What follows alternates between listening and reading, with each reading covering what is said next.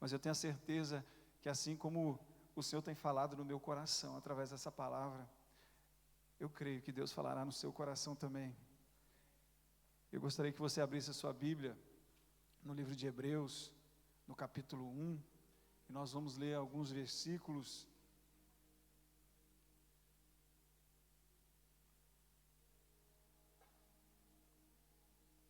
E depois de nós lermos 2 versículos, eu gostaria que você continuasse com a sua Bíblia aberta, porque nós vamos falar um pouco mais, ou quase todo deste capítulo. Então eu gostaria que você mantivesse a sua Bíblia aberta, enquanto nós estivermos falando da palavra de Deus. Você achou Hebreus capítulo 1? Então nós vamos ler. Diz assim a palavra do Senhor: há muito tempo, Deus falou muitas vezes e de várias maneiras aos nossos antepassados, por meio dos profetas. Mas nesses últimos dias, falou-nos por meio do Filho, a quem constituiu herdeiro de todas as coisas e por meio de quem fez o universo. Vamos orar? Pai querido, Deus amado, nós te adoramos e te louvamos, Pai. Ó Deus, queremos continuar te adorando e te louvar, Senhor. Ó Deus, Tu és o Criador de todas as coisas, Tu és o nosso Rei, Tu és o nosso Salvador, Tu és, Pai, tudo em todos, Pai. Ó Deus, que o Teu Espírito, Pai, continue ministrando em nossos corações, porque tudo isso que eu falei aqui, o Senhor já está ministrando desde o início do culto, Pai. Que nós continuemos, Pai, ó Deus, te adorando, porque Tu és o nosso Rei, o nosso Senhor, o nosso Salvador, Pai.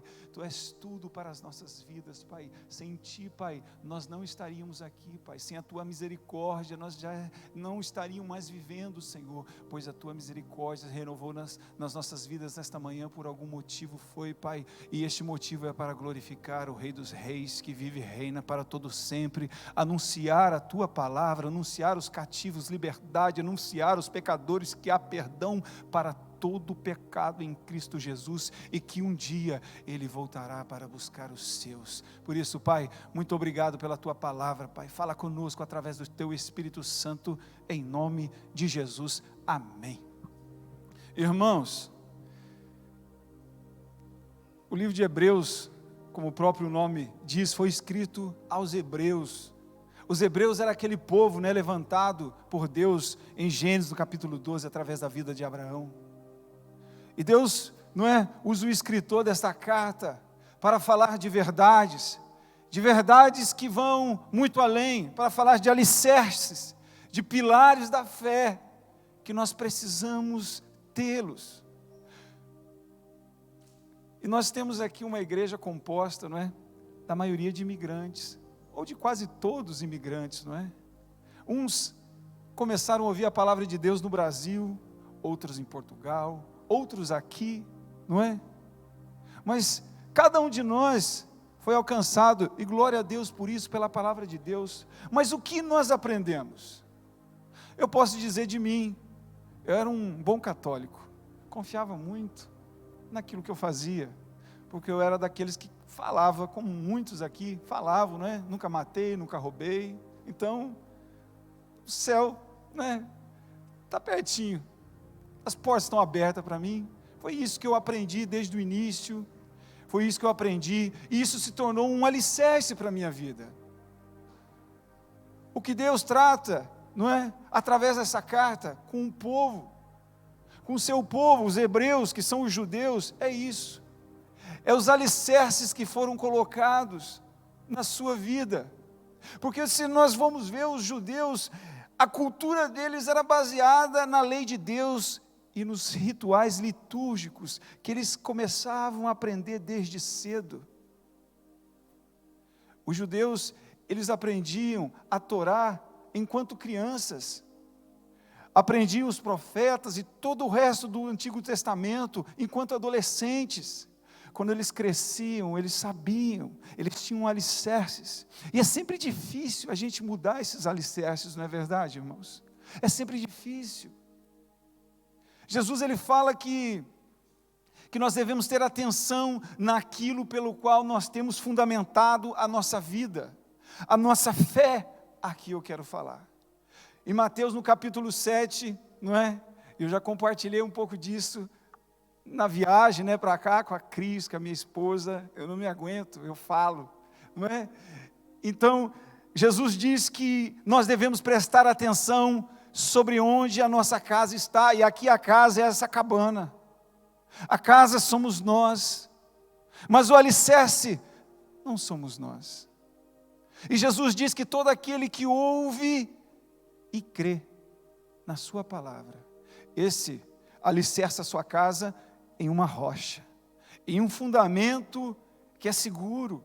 Mas aquele que ouve e negligencia, não dá atenção à palavra do Senhor, esse alicerça a sua vida, a sua casa na areia.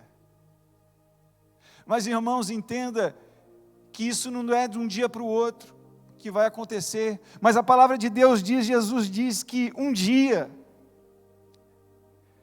as chuvas vão descer, os rios vão transbordar, e os ventos soprarão contra aquela casa, combaterão contra aquela casa, e ali sim será provado o alicerce aonde ela foi construída. Aonde você tem construído a sua casa? Aonde está alicerçada a sua casa? Irmãos, o dia mau pode bater na sua porta, uma situação grave pode chegar de mansinho, e aonde está alicerçada a sua fé? Jesus diz que aquele que alicerçou a sua fé, na força do seu braço, no seu próprio entendimento, a chuva veio, os rios subiram, os ventos combateram aquela casa e a ruína foi grande. Mas aquele que deu atenção à palavra do Senhor, crendo e obedecendo, esse alicerçou a sua casa em um lugar seguro, aonde veio as mesmas tribulações, aonde veio os mesmos problemas, mas a casa não caiu, ela ficou de pé. E é isso que Jesus, que o autor desta carta está tratando com esse povo. Eles tinham a sua vida alicerçada no Antigo Testamento. Era um povo que tinha sua vida alicerçada no Antigo Testamento, que cumpria os rituais. E o Antigo Testamento está baseado naquilo que, não é, para o perdão dos pecados, naquilo que muitas vezes nós fazemos para a salvação, aonde a salvação vinha por aquilo que nós fazíamos, pela obediência à palavra de Deus.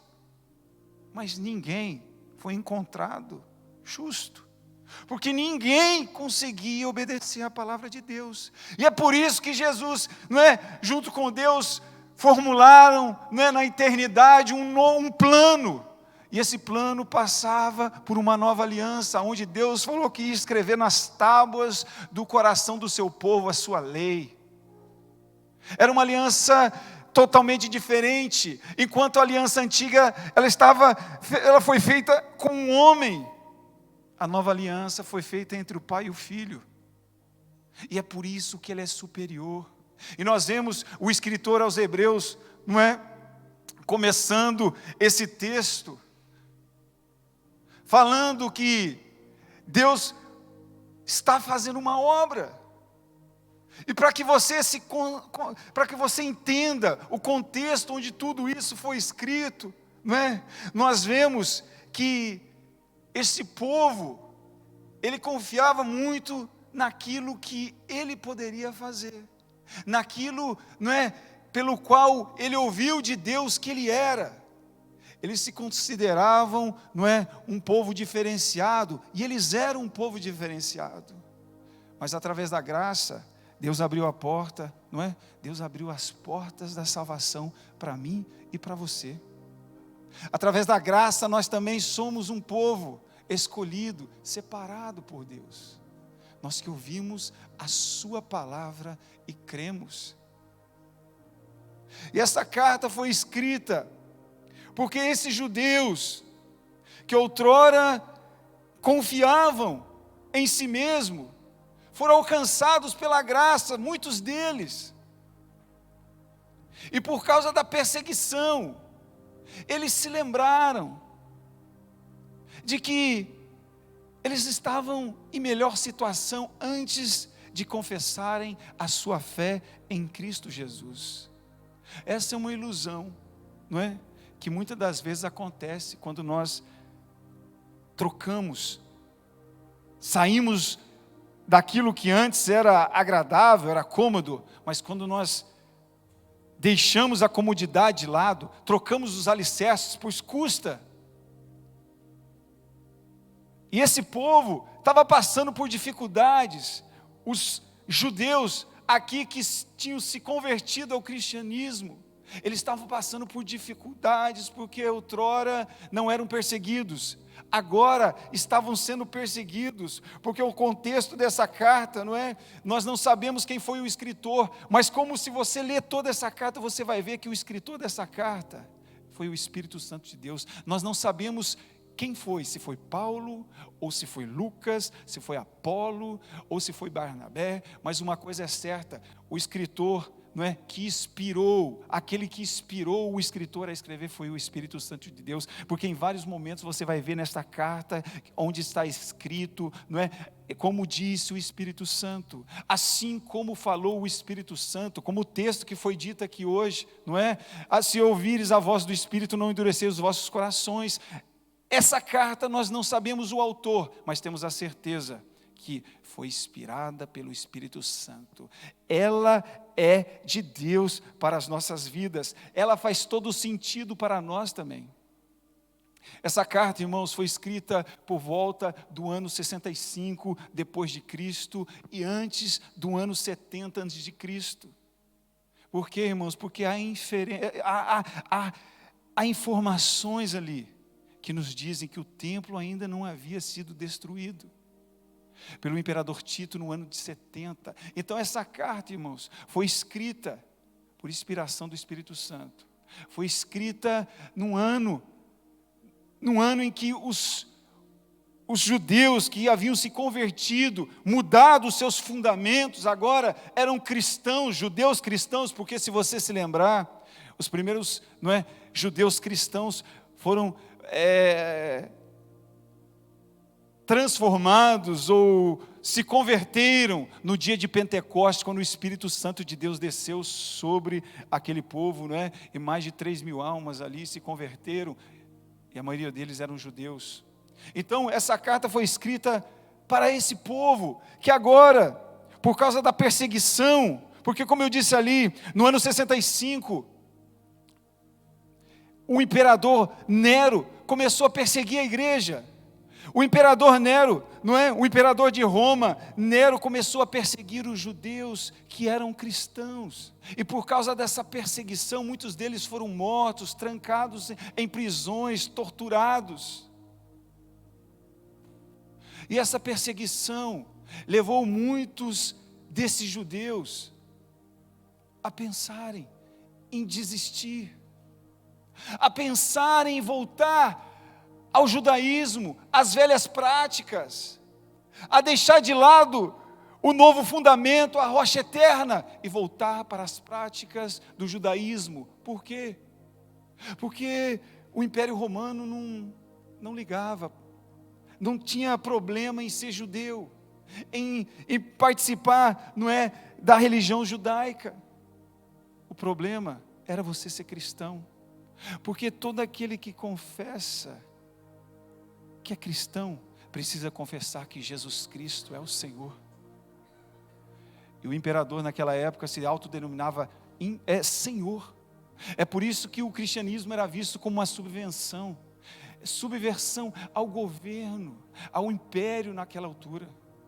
E é por isso, irmãos, que essa carta foi escrita, porque muitos dos judeus que haviam se convertido ao cristianismo estavam pensando em retroceder, porque se eles voltassem atrás, não haveria mais perseguição. Eles voltavam atrás, eles teriam paz, não precisavam mais se esconder, não precisavam mais fugir. E outra coisa, irmãos, que acontecia ali, é que, se você sabe, os judeus, eles são muito unidos, eles se ajudam mutuamente, mas quando um cristão estava sendo perseguido, sofrendo, jurado de morte, ele buscava ajuda num judeu que não havia se convertido ao cristianismo, eles viravam as costas aos seus amigos, familiares, porque esses judeus, eles não haviam se convertido ao cristianismo, e por isso viravam as costas. Essa carta foi escrita para exortar este povo, mas ela tem aplicação para as nossas vidas nesse dia. E a palavra exortação, no grego, ela tem dois sentidos. O primeiro é encorajar. Então essa carta foi escrita para que esse povo, que havia lançado um novo alicerce sobre os seus pés, essa rocha eterna, pudesse continuar firme, em meio ao perigo de morte, em meio ao sofrimento, em meio ao abandono, eles pudessem ser encorajados a continuar firmes na fé em Jesus Cristo. Mas também, essa carta não só traz encorajamento, como eu disse, a segunda vertente dessa palavra de exortação é chamar a atenção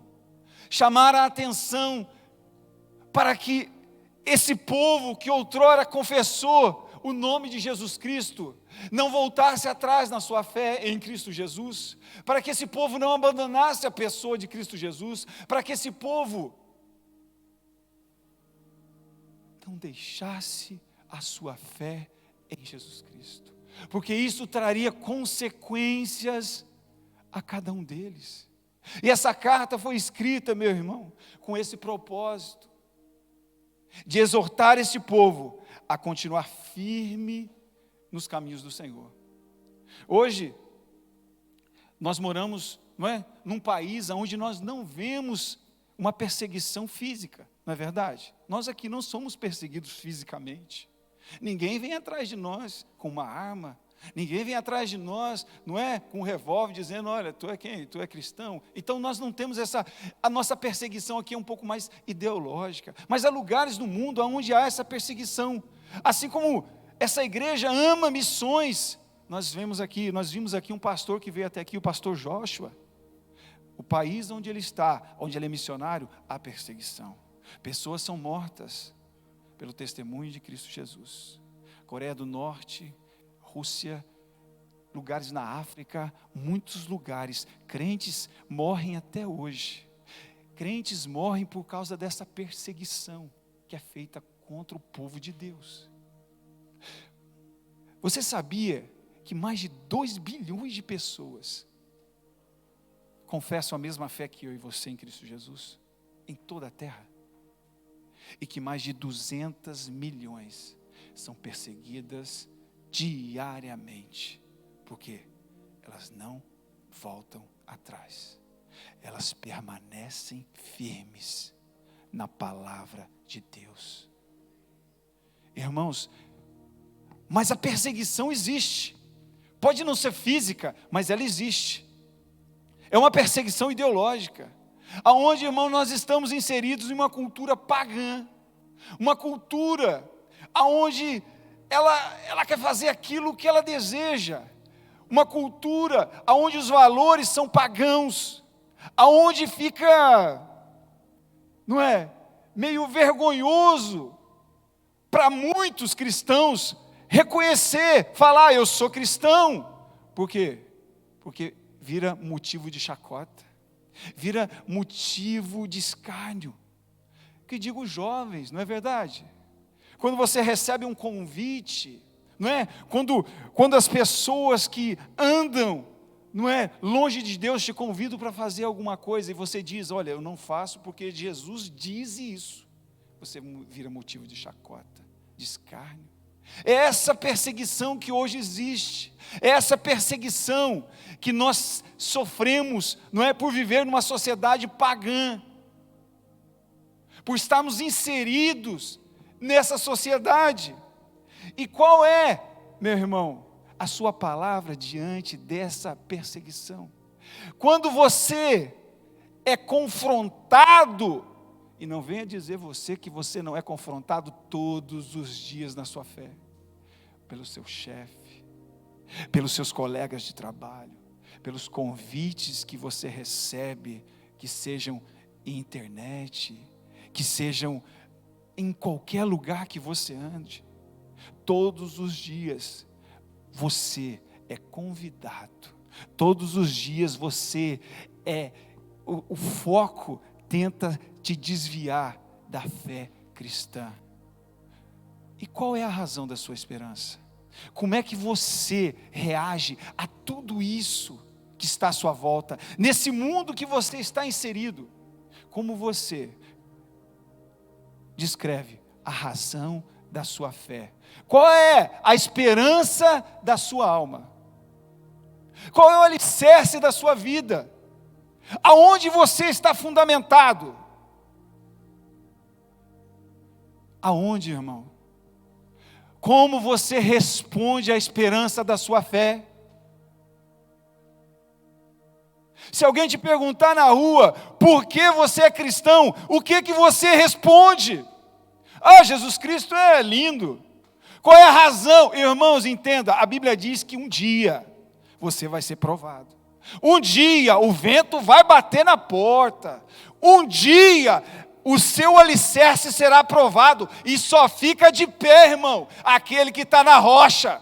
E só está na rocha quem conhece e crê e pratica a sua verdade, a sua palavra. Aonde está?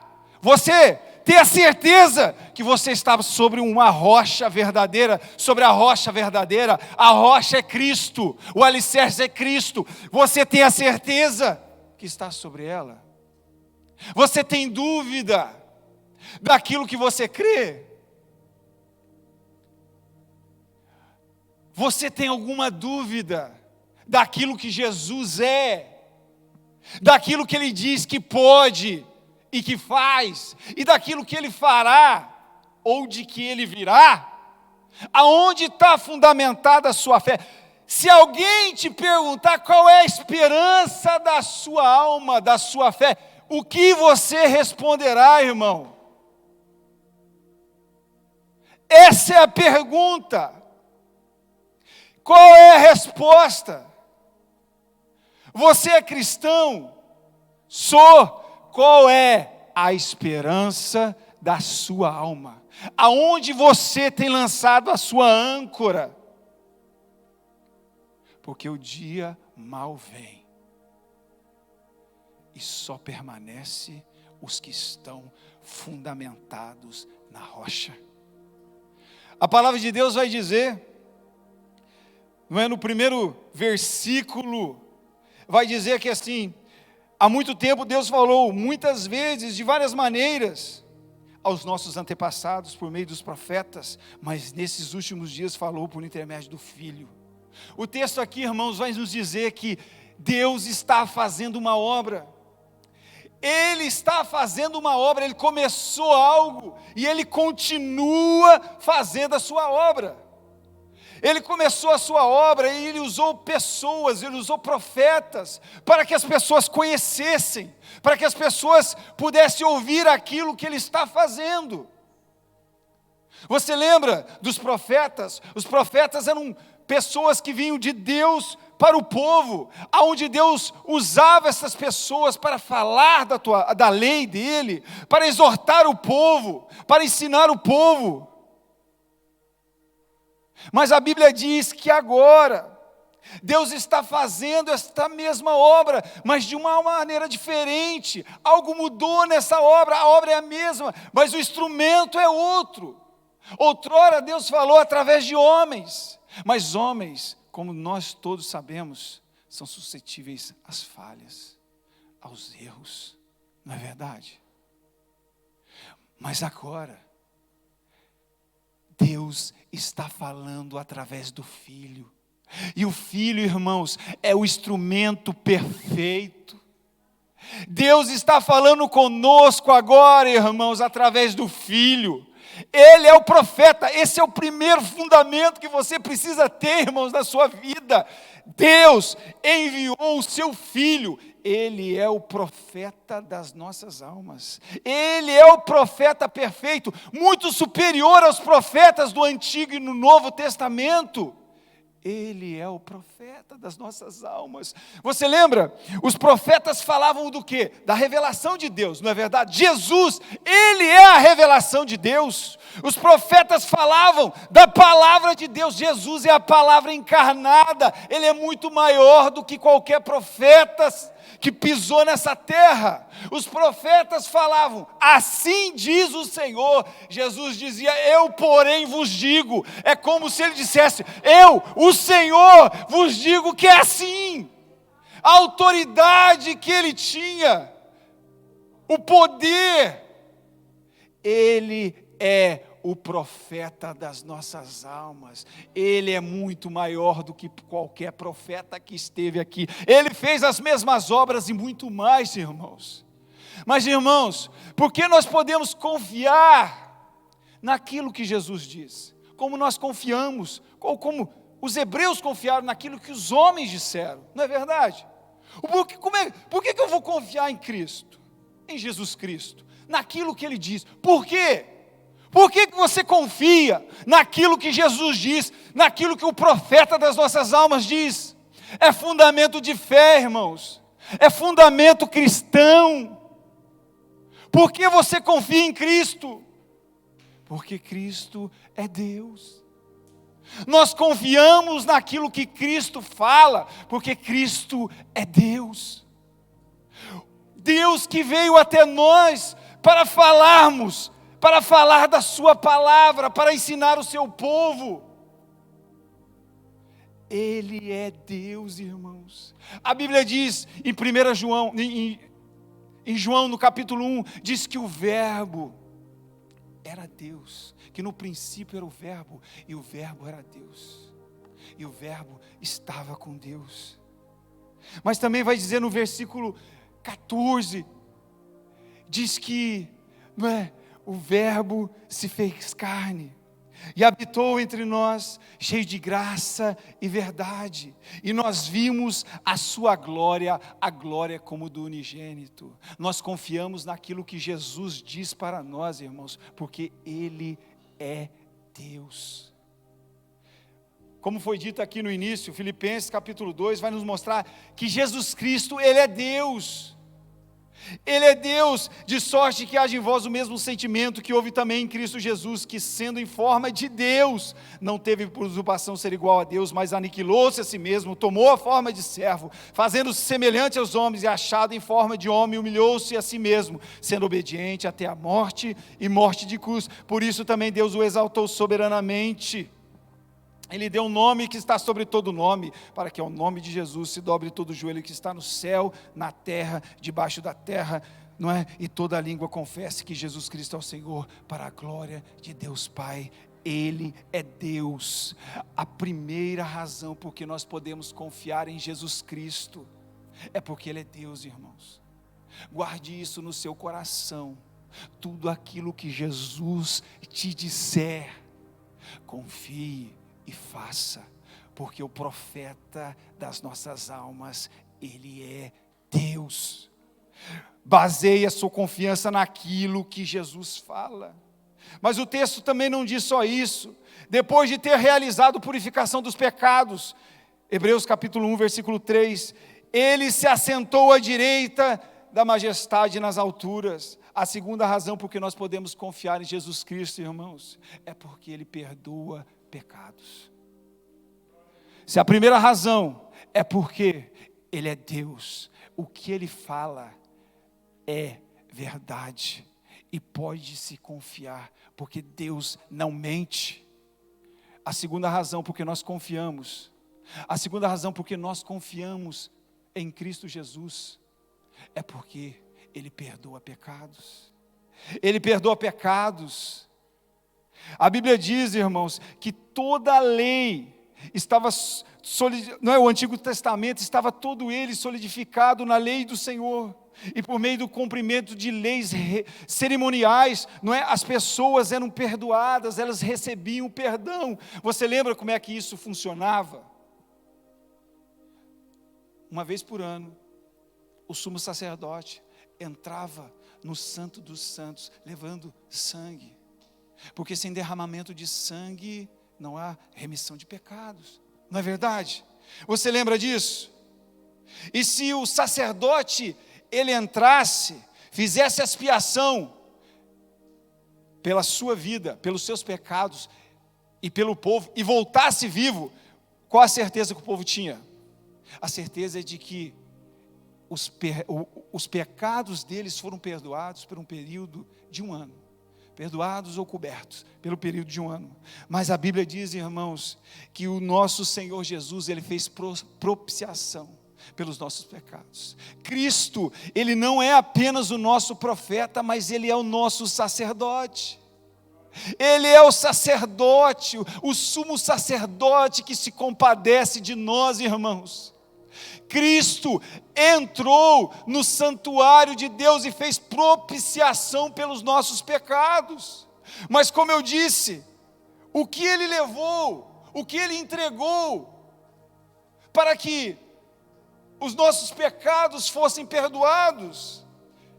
O sacerdote entrava com sangue de bodes, de animais, para fazer propiciação pela sua vida e pelo povo. Mas o que Jesus levou, o que ele ofertou de tão precioso, que os nossos pecados foram perdoados. Hebreus 9:12 vai dizer: não por meio de sangue de bodes e novilhos, mas pelo seu próprio sangue ele entrou no lugar santíssimo e de uma vez por todas obteve eterna redenção, ou eterna salvação. Irmão, sabe o que Cristo ofertou? Ele ofertou a sua própria vida como uma oferta de incenso agradável a Deus.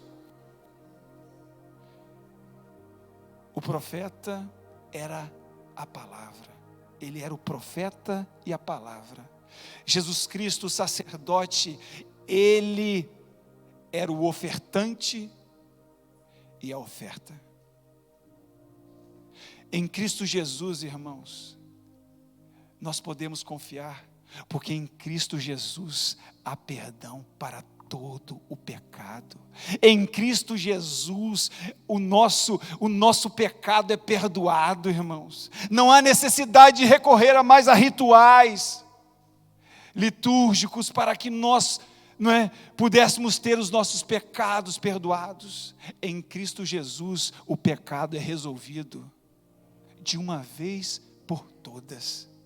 O nosso sumo sacerdote, ele nos dá o perdão de todo e qualquer pecado.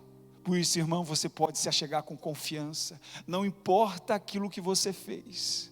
Se o profeta te disse: arrependa-se, o sacerdote, ele ouve o seu arrependimento, a sua confissão, e te perdoa de todo o pecado.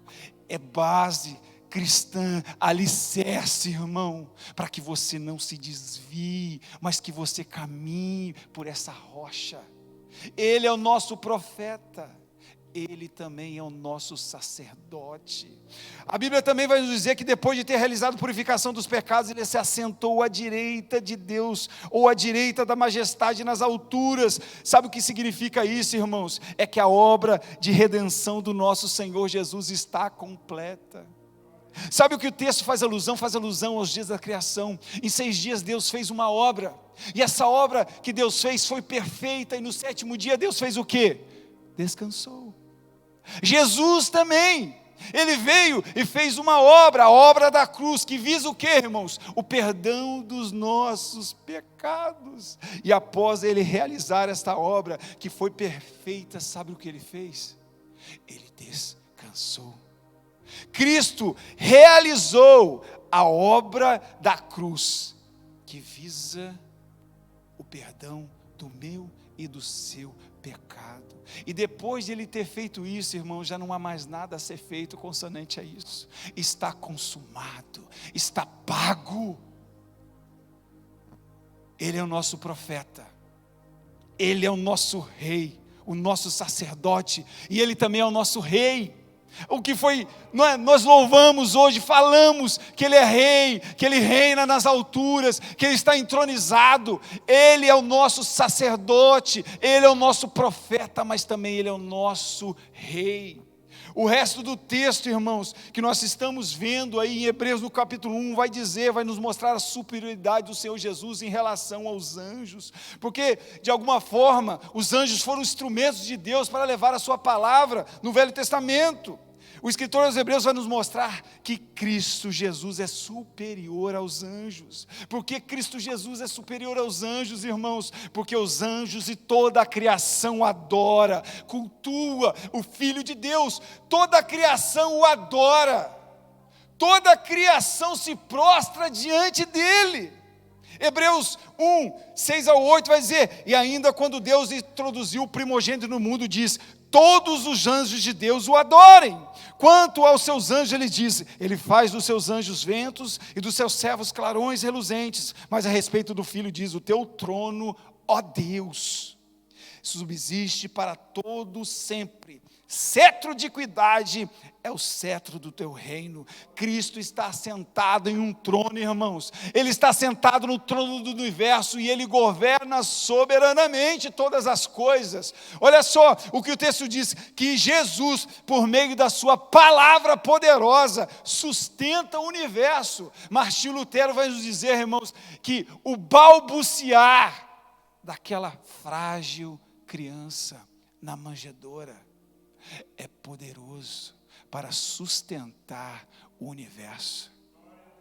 Você lembra Jesus, aquele bebê frágil, aos nossos olhos, mas o balbuciar dele era poderoso para sustentar todo o universo, irmãos. Ele está sentado no trono do universo, Cristo governa soberanamente. Por que nós devemos permanecer firmes, irmãos, em Cristo Jesus? Porque Ele é o Deus que nos fala, Ele é o nosso profeta, porque Ele nos perdoou de todos os nossos pecados, porque Jesus está sentado num trono, e Ele há de vir julgar todas as coisas através da sua santa palavra. Apocalipse 5 vai nos dizer: depois vi um cordeiro que parecia estar morto, em pé no centro do trono, cercado pelos 4 seres viventes e pelos anciões. Ele tinha 7 chifres e 7 olhos, que são os 7 Espíritos de Deus enviados por toda a terra. Ele se aproximou e recebeu o livro da mão direita daquele que estava sentado no trono. Ao recebê-lo, os 4 seres viventes e os 24 anciões prostraram-se diante do cordeiro. Cada um deles tinha uma harpa e taças de ouro cheias de incensos, que são as orações dos santos, e eles cantavam um hino, um cântico novo: tu és digno de receber o livro e de abrir os selos, pois foste morto, e com o teu sangue. Aqui está falando de nós, irmãos. Aqui está falando de mim e de você. Com o teu sangue compraste para Deus gente de todas as tribos, língua, povo e nação. Tu os constituístes reino e sacerdotes do nosso Deus. Eles reinarão sobre a terra. Então olhei e ouvi a voz de muitos anjos, milhares de milhares e milhões de milhões. Eles rodeavam o trono, bem como os seres viventes e os anciões, e cantavam em alta voz: digno é o cordeiro que foi morto de receber poder, riqueza, soberania, força, honra, glória e louvor. Irmãos, Jesus Cristo governa, Ele é Rei dos reis, soberano, jamais passará o seu reino. Ele nos comprou, Ele pagou o preço, Ele nos constituiu sacerdotes, nós reinaremos junto com Ele, se permanecermos firmes, não abandonarmos a pessoa de Cristo. Porque nós confiamos em Cristo, irmãos. Porque eu confio em Cristo. Porque você deve confiar em Cristo. Porque Ele é Deus.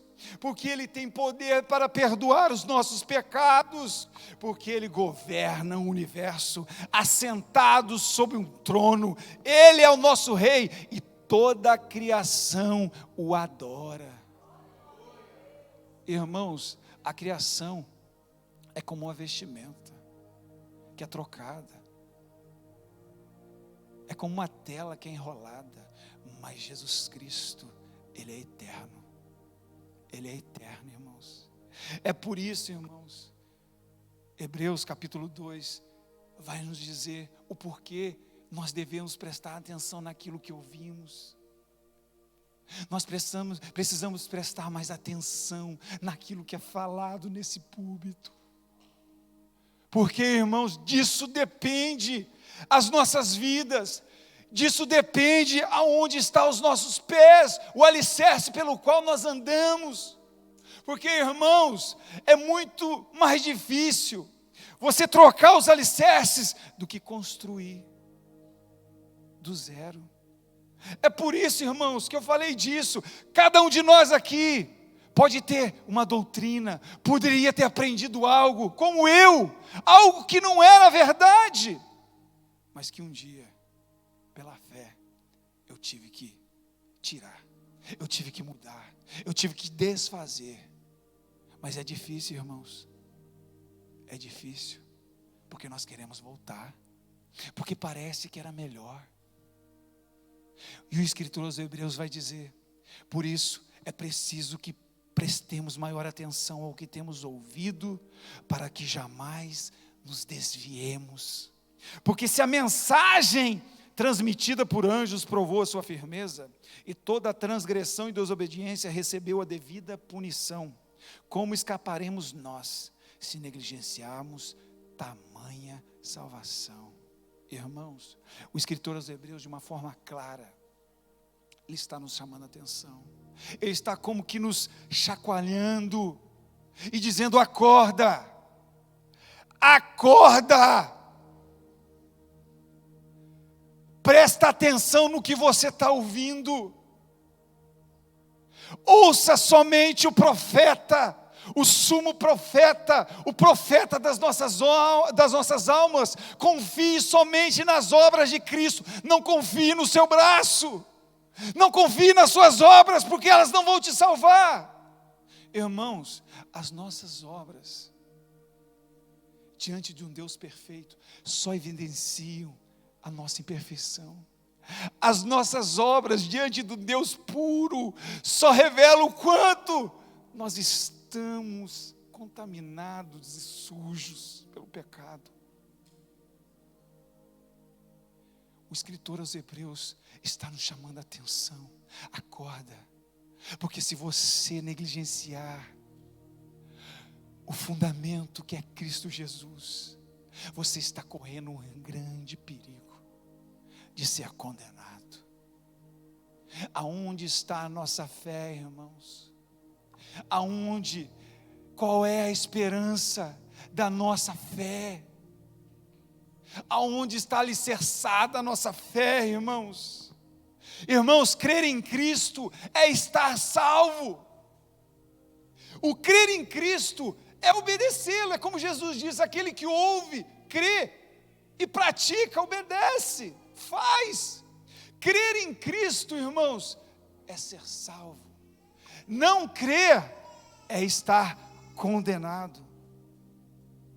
O que pode acontecer, irmãos, se negligenciarmos tamanha salvação? A palavra que negligenciar é deixar de lado. Isso não é para mim, isso aí não é comigo, eu não preciso disso. O que acontecerá, irmãos, se negligenciarmos tamanha salvação? Essa salvação Deus confirmou através daqueles que viram e ouviram aquilo que Jesus falava e fazia. Ele confirmou também através das obras, dos milagres, prodígios e maravilhas que Ele fez, e também através do seu Espírito Santo que derrama, que dá os dons a quem Ele lhe apraz. Esta obra foi confirmada. Nós temos que crer naquilo que o Senhor tem nos falado neste tempo. Eu queria convidar o Ministério de Louvor. Irmãos, aonde está a esperança da sua fé? Você entrou aqui hoje tendo essa certeza? Quando você entrou por aquela porta, você tinha certeza que Jesus é o profeta das nossas almas, e que nós podemos confiar nele, porque ele é o próprio Deus que fala conosco. Ele é a própria revelação, a palavra encarnada que veio até nós, e por isso nós podemos confiar naquilo que ele diz. Você confia na obra de Cristo em relação ao perdão, à purificação dos seus pecados, ou você continua confiando naquilo que você faz, nas obras que você pratica? Irmãos, eu vou falar uma coisa sobre boas obras. Se eu falasse aqui agora, para cada irmão aqui, para você ver como é que nós somos inclinados, não é? Eu estava falando com o pastor, nós somos inclinados ao mal, e que as boas obras nunca vão salvar ninguém. Se eu falasse para você aqui agora, me diga agora uma boa obra que você praticou essa semana, você estava pensando, tu está pensando ainda, o que eu fiz de bom essa semana? Mas se eu falasse para você de uma tentação, de um pecado, você lembraria em 5 segundos, ou mesmo automaticamente. É para você ver, as obras, as boas obras, elas fazem parte dos salvos, mas elas não salvam ninguém. Por isso, irmãos, eu gostaria aqui de fazer 3 aplicações, para que a gente vá para casa, e é muito rápido. A primeira aplicação, meu irmão, é para você que entrou nesse lugar, para você que está vendo na internet, e para você que vai ver algum dia essa palavra, esse culto. Irmão, não negligencie a palavra de Deus, não negligencie tamanha salvação que Deus nos ofereceu. Não importa aquilo que você está passando hoje, não volte atrás. Para você que entrou aqui hoje pensando em voltar atrás, para você que entrou aqui hoje e que durante essa semana pensou várias vezes se valia a pena seguir o caminho da verdade, da vida, se valia a pena estar alicerçado na rocha eterna das nossas almas, se valia a pena confiar em Cristo Jesus, porque parece que tudo está dando errado.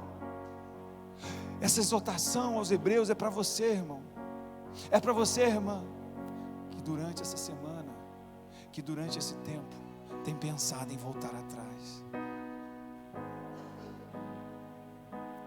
Não volte.